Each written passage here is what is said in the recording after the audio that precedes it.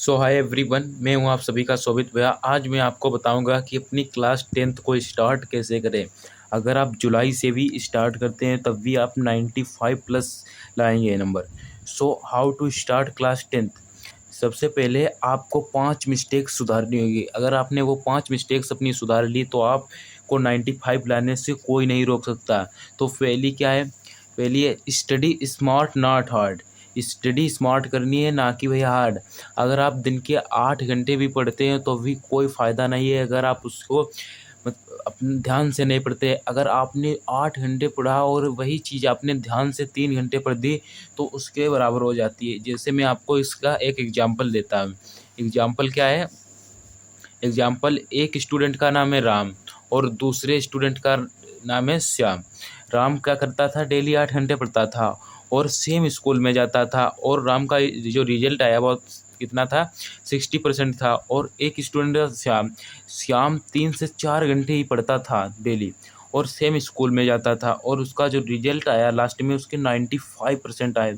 तो इसका मतलब है कि 8 घंटे से ज़्यादा ना पढ़े आप। 8 घंटे सही है, लेकिन अगर आप अच्छे से पढ़ते हैं तो 3-4 घंटे में 8 घंटे का काम आप सिर्फ, ये 8 घंटे का काम आप सिर्फ 3 से 4 घंटे में कर सकते हैं।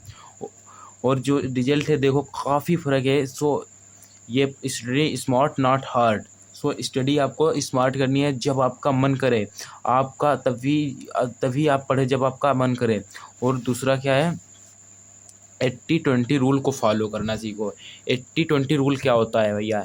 80-20 रूल क्या होता है? 80-20 रूल में क्या होता है? आपका जो 20% सिलेबस है, 80%, आपका जो 80-20 रूल का मतलब होता है जो आपका 20% सिलेबस है वो आपके पेपर में कितना आएगा? 80% आएगा।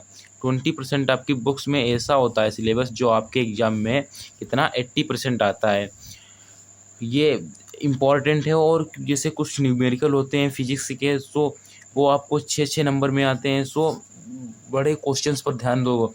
अगर आपको सब्जेक्टिव क्वेश्चंस आते हैं तो आप क्या, ऑब्जेक्टिव क्वेश्चंस आपको याद करने नहीं पड़ेंगे। जो सब्जेक्टिव क्वेश्चन होते हैं उन्हीं से ही जो ऑब्जेक्टिव क्वेश्चन होते हैं निकलते हैं 100 आउट ऑफ 100%। और फिर उसके बाद हमारा क्या है कि follow less teachers and resources. आपको सिर्फ एक टीचर से पढ़ना है, या फिर आप 2 से पढ़ सकते हो, ऐसी कोई बात नहीं। लेकिन आपको फॉलो लेस टीचर्स, एक ही टीचर से पढ़ना, और ज़्यादा बुक का इस्तेमाल नहीं करना। आपको सिर्फ एनसीईआरटी की बुक लेना आएगा क्लास 10th में हो।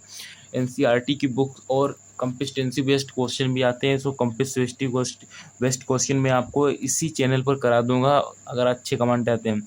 सो फॉलो लेस टीचर्स का मतलब होता है कि आपको, अगर आपने कहीं दूसरे टीचर से पढ़ी साइंस और फिर दूसरे टीचर से, तो ये इससे आपको दिक्कत हो सकती है। सो आप फॉलो लेस टीचर, आप 1 या 2 टीचर से ही पढ़ें।